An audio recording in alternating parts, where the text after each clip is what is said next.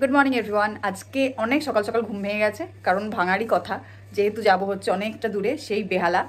6টার সময় ঘুম ভেঙেছে, বাট মনে হলো একটুখানি শুয়ে নিই, তো শুয়েই ছিলাম আর ঘুম আর আসছিল না। তারপরে 6:15-20 দিকে উঠে একটু টুকটুক কাজ করতে করতে ঘর ফর ঝাড় দিলাম। তারপরে একেবারে স্নান টান সেরে ব্রাশ করে চাটা বসিয়ে নিলাম। চা ফাওয়া হয়ে গেছে, এখন সবাইকে চা দেবো, আমি নিজেও খাবো। আমরা হচ্ছে রচাটা খাবো, তারপর খাওয়া হয়ে গেলে তোমাদের দাদা ভাই আর সোহমের জন্য দুধ চা বসাবো। একেবারে চা ফাঁকে ওরা একেবারে স্নানে ঢুকে যাবে, আমরা রেডি হতে থাকবো। তো আজকের ব্লগটা খুব ইন্টারেস্টিং হতে চলেছে। নতুন জায়গায় যাচ্ছি, নতুন এক্সপিরিয়েন্স হবে, নতুন মানুষের সাথে পরিচয় হবে। তো স্টে টিউন, সাথে থেকো। আর চলো আজকের দিনটাকে এভাবে স্টার্ট করা যাক।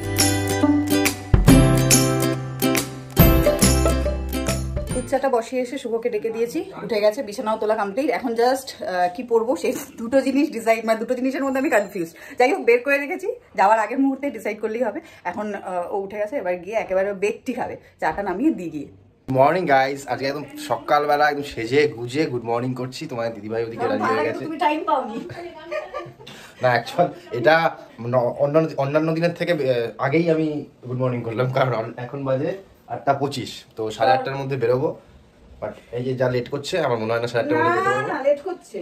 কি তুমি তাড়াতাড়ি করছো? আমার ঠিক 8:30 আমার টাইমিং আছে। পাগলি দেখো, মাথায় তুলে দিয়েছে একদম। হ্যাঁ, এটা কি অনেকটা দূরে যাব না?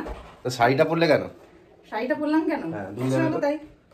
তো আমি এখন বেরোবো, আমি সাইকেল নিয়ে চলে যাবো আগে, তোমরা আসো, তারপর আবার দেখা হচ্ছে। রাজাকে টাটা করার পর্ব চলছে, মোটামুটি সবাই রেডি। রাজা মন খারাপ করে ঢুকে গেছে ভেতরে, যা।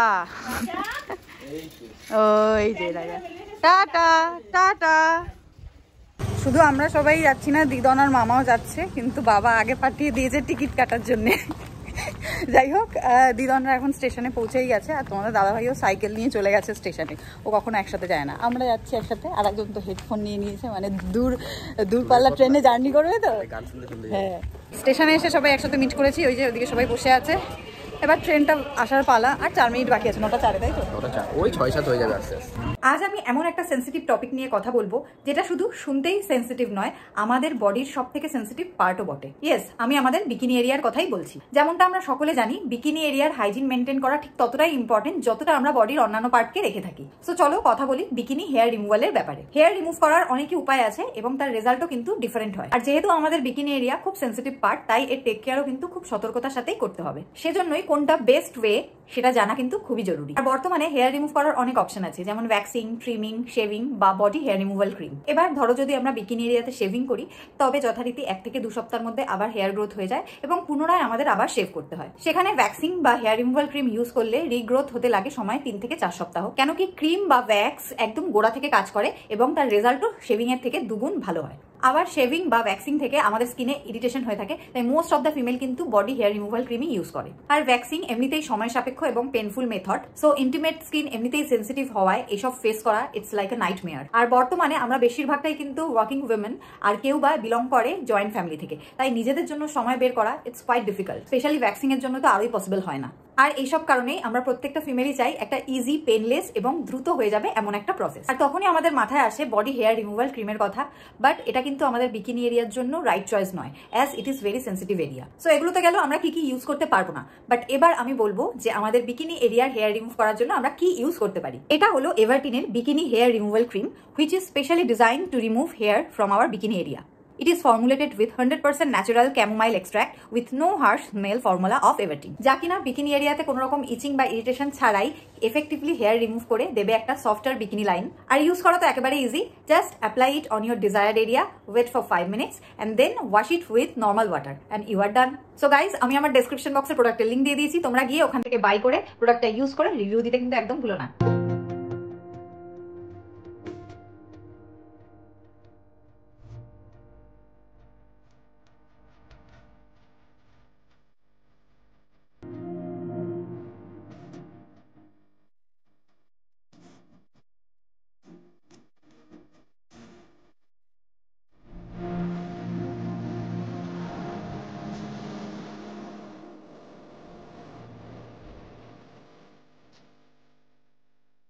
কি রোদ না, জাস্ট মাঝে নামলাম, অনেক কষ্টে ট্রেনে উঠেছিলাম, কারণ অনেকটা ছিল। যদিও তোমার দিদিভাই অনেক আগেই জায়গা পেয়ে গেছে, আমি অনেকক্ষণ দাঁড়িয়েছিলাম। আমি তো এক্সপেক্ট করছিলাম অ্যাকচুয়ালি এই রুটটা আমি প্রায় 5-6 বছর পরে এলাম, কিন্তু এই রুটটা সবথেকে সুন্দর। আমি জানলার ধারে বসবো, গঙ্গা দেখতে দেখতে আসবো।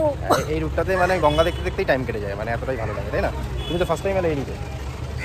না, প্রিন্সেপ ঘাটে ওখানে এসেছিলাম, মানে এত অবধি ফার্স্ট এত অবধি আসে।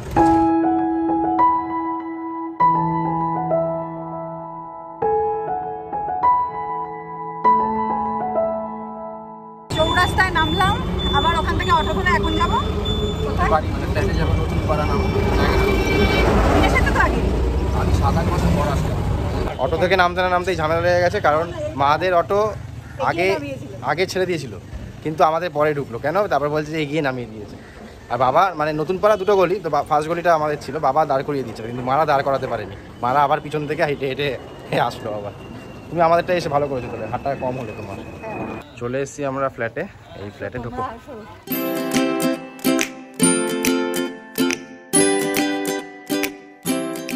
এসেই ফ্রেশ হয়ে একদম খেতে বসে গেছে, এদিকেও খাচ্ছে, ওদিকে মা খাচ্ছে। আর এইটা হচ্ছে আমার মামি, একটু তাকাও মামি, এটা হচ্ছে আমার মামি, আর এটা হচ্ছে মামা বসে আছে। ঠিক আছে, একটু হাই করে দাও। মামা খাচ্ছে, এখানে আরেক মামা খাচ্ছে, 2 মামা পাশাপাশি বসে আছে, সাথে আমার দিদান বসে আছে। সকালে টিফিনে ছিল রুটি, আলুর তরকারি আর রসগোল্লা। আমার পেট ভরে গেছে প্রচুর। আমি হেল্প করবো? না, আমার পেটটা ভরে গেছে, আমি খেয়ে দিয়েছি। না না না, দেখো কায়দা করে শুধু আমাকে দিয়ে দেওয়ার ধান্দায় লাগে।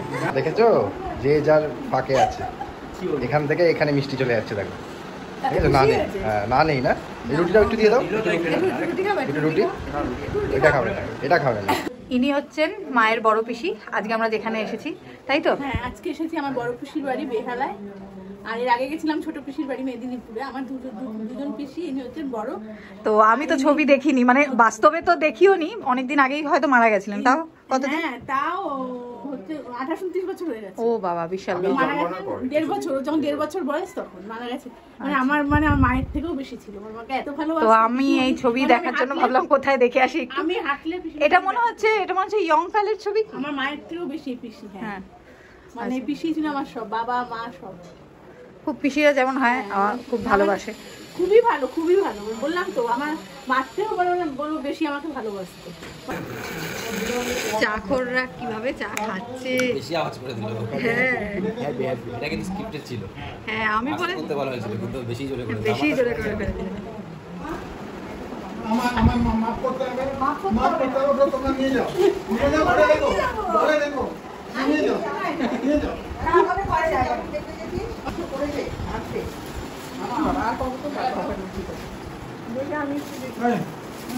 বেহালা এসে একজন সাবস্ক্রাইবারের সাথে দেখা হয়ে গেল, তাই তো বলো? না এরা না, আমি এই যে যাই হোক, এটা সাবস্ক্রাইবার নাই, আর কি করলাম। এটা হচ্ছে আমার, আপনি একদম রিপ্লেস করতে গেছেন।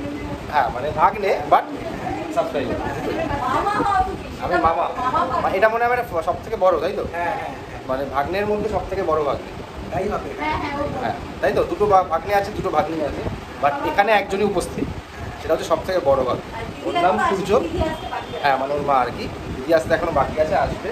আর ওর নাম সূর্য, কিন্তু ও আজকে উঠেছে রাত্রি, সকাল 10টার সময়। আসছো কেন? আরে না সেরকম না, মানে আমরা বলছি যে ও বলছে আমি এই সূর্য ওঠে সকাল 10টায় আর অস্ত যায় রাত্রি 1টায়।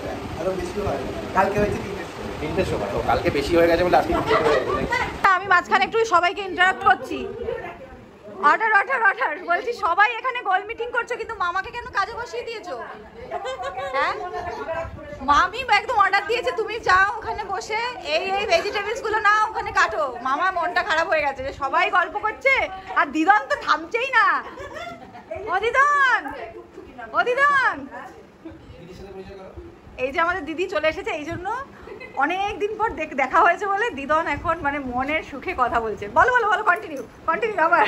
এখানে ফার্স্ট ব্যাচ বসে গেছে আপাতত, 2জন এখানে বসেছে আর 3জন এখানে বসেছে। এখানে বাবা কি খাচ্ছ? বাবা হচ্ছে মাছ ভাত, মামা ডাইরেক্ট বিরিয়ানিতে চলে গেছে, তাই তো? মামা আবার এমনিতে বলে আমি বিরিয়ানি খাই না, আজকে আবার বিরিয়ানিতে চলে গেছে ডাইরেক্ট। বিরিয়ানিটা প্রেফার করে। এই মামা তো বিরিয়ানি খায় না, এই মামা মাছ ভাতই খায়, হেলথ কনসিয়াস। হ্যাঁ, আর এখানে আমার ভাইও বিরিয়ানি খায় না, ভাত মাছে এ তো ভেতো বাঙাল। না ও ভাত মাছই ভালো খায়, বিরিয়ানি খাবে না ও। শেষ। খাওয়া হয়ে গেছে। তুই আর কি ভাত দাও ওকে? বিরিয়ানি কেন কেন? তুই তো ভাত ভালোবাসিস। আরেক পিস মাছ দিচ্ছে, আর সাথে আমার মাছটাও তোর। যা বিরিয়ানি খাবো না। না বিরিয়ানি খাস, তুই তো ভালোবাসিস। আরে মা বলে দিয়েছিল তুই বিরিয়ানি খাস না, তোর বিরিয়ানি আনেনি, বসে লাভ নেই, হয়ে গেছে, উঠে পড়, তোর বিরিয়ানি আসবে না। আর এইদিকে আবার এই জন্য হচ্ছে লেটু বাহাতে খায়, বলছে দিদান বলে শ্বশুর বাড়ি গিয়েও কি বাহাতে খাই? ভাই বাহাতেই খাই। এটা ট্রেন না? তুমি তারা থেকে বাহাতে খাও? আমি চেষ্টা করি অনেক, আমি আমার খুব ইচ্ছা ছিল যে আমি বা হাতে লিখতে পারবো, কিন্তু আমি বা হাতে কিছুই করতে পারি না। তাই? হ্যাঁ কষ্ট তাই? ভীষণ কষ্ট। ওকে বিরিয়ানি দিচ্ছ কেন? খায় না, না ও খায় না, ভাত মাছ ভালো খায়, আবার বিরিয়ানি দিচ্ছে ওকে। এবার সেকেন্ড ব্যাচ বসে গেছি আমরা। এই যে আরেকজনের মুখে হাসি দেখো, ও বিরিয়ানি ও পানের কথা শুনে আমাকে লেবু হ্যাঁ দাও আর শশা দাও দুটো, আর কিছু না। ও তুমি তো খালি পেঁয়াজ, তাই তো? খাওয়া দাওয়া কমপ্লিট করে এখন আইসক্রিম ধরিয়ে দিয়েছে সূর্য আমাদের হাতে, একজন স্টার্টও করে দিয়েছে। দিদিরা এখন খেতে বসেছে, দিদি আর মামি সবার লাস্ট ব্যাচ, মানে থার্ড ব্যাচে। অবভিয়াসলি যেহেতু আমরা ওদের বাড়িতে এসেছি এই জন্য আমাদের খেতে ট্রিটে দিয়ে তারপর সব বসলো। আরে কি দেখছে? দেখছি আমি কি আছে সেটা বার করতে। অ্যাড দেবে নাকি তুমি? না সেই বুঝে মামা খাবে। ও আচ্ছা আচ্ছা, মামা খেতে চাইছে না। এখানটা লেখা আছে। আচ্ছা দেখে না, আমারটা বলে যাবে, আমি খাই। খেয়ে দিয়ে এখন স্টার্ট হয়ে গেছে সেই পুরোনো অ্যালবাম দেখা। এটা রিক্তা না, এটা হচ্ছে সুমনা দিদি, যে দিদি এখানে এসছে ঘুরতে, মানে যে সূর্যর এখন করে বললাম আমি ঘুরতে এসছে, যে দিদি আমরা যারা আমাদের বাড়িতে যেন ঘুরতে এসছে। এখানে মা উপচে পড়ে দেখছে। এই যে এটা হচ্ছে কি মার, এটা হচ্ছে মায়ের ঠাকুমা দাদু, সরি ঠাকুমা আর দাদু। হ্যাঁ তাই তো, এটা তোমার ঠাকুমা। আচ্ছা ছবিটা দেখেই মনে হচ্ছে হাড় বদমাইশ। কে এটা? দুষ্টু ছেলেটার মধ্যে কে এটা? এত সুন্দর একটা ছেলে কে? এইখানে একটা জন্ম দাগ আছে, এটা দেখে আমার কেমন একটা এই দাগটার কথা মনে হচ্ছে। হ্যাঁ তুমি নিজেই ভুলে গেছো। কেমন তোমরা কি কোনো মিল পাচ্ছ? এটা আমার মানে হারিয়ে যাওয়া ভাই। এটা তুমি যে এতক্ষণ ঘুমালে, আমি জানো আবার আজকে ঘুরতে গেছিলাম তোমাকে ফেলে। আজকে রাগ করবে না? আজকে তো ছিলে, কি ছিল? আমি এই যে ওর সাথে ঘুরে আসলাম। ভালো তো, আমি খুশি হয়েছি। তাও ছিলে, কিন্তু সেদিন তো তুমি ছিলেই না। কোথায় ছিলাম? খুঁজেই পাওয়া যায়। আরে চলে গেছে। সেদিনকে উড়েছি, হ্যাঁ আর আজকে ঘুরেছি। হ্যাঁ এইটা ঠিক আছে। এখন সবাই একদম বেরোনোর জন্য প্রস্তুতি নিয়ে নিয়েছে, কারণ ট্রেন হচ্ছে কটায়? ট্রেন এখন কটা বাজে? কটা? এখন 7:10। 7:10 পাবো তো? আচ্ছা চলো সবাইকে টাটা, আসছি মামা, আসছি। হ্যাঁ আবার এসো। হ্যাঁ চলো তুমি চলো। গল্প করতে করতে এতটা লেট হয়ে গেল যে বেরোনোর সময় এখন দৌড়াদৌড়ি পড়ে গেছে, কারণ 8:43-এর ট্রেন অলরেডি বেজে গেছে 8:15 প্রায়। মানে ঠিকভাবে না বেরোনোর সময় কিছু না, সব দৌড়ালাম রীতিমতো। আমি তো জুতোটা কোনো রকম পায়ে গলিয়ে মানে এত তাড়া না আসলে, সব যায় না জানো। ওই পিছনে দেখো ধীরজ পার্টিরা আসছে, আর এখানে সামনে হচ্ছে গিয়ে ফার্স্ট পার্টিরা, আমরা মিডিয়াম পার্টি না। হ্যাঁ কোনো জায়গা থেকে ফিরে নিজেকে আর পুরো ঘরটাকে যতক্ষণ না ক্লিন না করবো মনে একটা তৃপ্তি আসে না। যাই হোক, এসেছি 9:30, তারপরে ফ্রেশ হতে একটু ঘরটার গোছাতেই মোটামুটি মানে যা আমি ছড়িয়ে গেছিলাম সেগুলো গোছাতেই লেগে গেল 10:30 বেজে গেছে। আর এদিকে তোমাদের দাদাভাইকে ডিম আনতে বলেছি, ও এখনও সেই 9:30 সময় ও বেরিয়ে গেছে। বন্ধুদের সাথে নিশ্চয়ই দেখাই করবে, আজকে জানুন বৃহস্পতিবার, তো ওইটা মাস্ট, যেখানেই যাক না কেন ওইটা মাস্ট দেখা সাক্ষাৎ করে। এখনও ডিম নিয়ে সে আর আসতে পারলো না। যাই হোক, এবার দেখি একটু শাড়ি তো ছড়িয়ে রেখেছি, এখন ভাঁজ করা যাবে না, একটুখানি দেখি ওদিকে কাজকর্ম করি গিয়ে। ও আর একটা কথা যেটা না বললেই নয়, আজকে তোমাদের দাদাভাই যা একটা কাণ্ড ঘটিয়েছে না, কি আর বলবো। আজকে ও কাণ্ডটা ঘটিয়েছে বলে কেউ বকা খায়নি, ঠিক আছে? আর যদি এটা আমি করতাম, ভেবে দেখো তো কি হতো। যাই হোক, যার কাণ্ড তার মুখ থেকে শুনবে, সে আগে আসুক। একেবারে ফ্রেশ হয়ে খেয়ে দিয়ে আসলাম, এখন শোবো। তো আজকে একটা ব্যাপক ঘটনা ঘটে গেছে। তুমি বলেছিলে? ও যাই হোক, মানে কি বলবো, কেসটা হয়েছে কি, আমরা তো মাঝেরহাট গেছি। এবার আমার মাথায় কেন জানি না নিউ আলিপুর রয়েছে, মানে কখন হেভি তাড়া ছিল, হেভি মানে ফেরার টাইমে মাঝেরহাট থেকে যে ট্রেনটা আমরা ধরবো ডাইরেক্ট, সেটা হচ্ছে কি মানে একদম কাটায় মানে পৌঁছাতেও পারি নাও পৌঁছাতে পারি ঠিকঠাক অটো পেলে। অটোতে তো আমি এরকম তোমার বলে গেছি নিউ আলিপুর, ঠিক আছে। বাবাও বসেছিল পাশে, বাবু বসেছিল। যাবে কোথায় বলো? আমরা ডেস্টিনেশন মাঝেরহাট, আর আমি মাঝেরহাটে আগে স্টেশন হচ্ছে নিউ আলিপুর, ঠিক আছে। আমি বলে চলেছি নিউ আলিপুর, অটোতে উঠেছি নিউ আলিপুর। বাবার সামনে বলছি নিউ আলিপুর, বাবা ওই তাড়াতে আর মাথায় খেয়াল করেনি, ক্লিক করেনি যে না আমরা তো মাঝেরহাট যাবো, নিউ আলিপুর বলছে কেন, ঠিক আছে। মাঝেরহাটে কাজ দিয়ে দেখি ব্রিজ আছে, ব্রিজের তলা দিয়ে ডান দিকে ঢুকে গেল, ঠিক আছে। কিছুটা যাচ্ছে এরকম কি জানি হয়তো শর্টকাট রাস্তা মারবে। আবার ড্রাইভার দাদাকে বলছে, দাদা আপনি কি ঘুরিয়ে ঘুরিয়ে নিয়ে যাচ্ছেন নাকি? দাদা দিয়েছে একদম। বলছে আমার কি তেল সস্তা, আমি ঘুরে গেলাম কারণ আমি না ব্রিজটায় ঢুকলেন না আপনি, আমরা আসার সময় তো ওই ব্রিজটা দিয়ে আসলাম। বলছে কোথায় ব্রিজ, কিসের ব্রিজ, ব্রিজ এইদিকে, আর ওটা তো মাঝেরহাট ব্রিজ। এই বলেছে আমি চুপ, আমি বুঝে গেছি। তখন আমার মাথায় ক্লিক করেছে, এই বাবা আমি তো নিউ আলিপুর না, আমি তো মাঝেরহাট যাবো। আমার মাথায় তো মানে নিউ আলিপুরে ভূত ধরেছিল কেন আমি জানি না, আমরা ঘুরতে যাবো তো নিউ আলিপুর দুয়ার, ওই জন্য মনে হয় নিউ আলিপুরে ভূত ধরেছে। তো তারপরে ওদিকে আবার ভাইরা আবার আলাদা, ভাই মা আবার আলাদা অটোতে ছিল।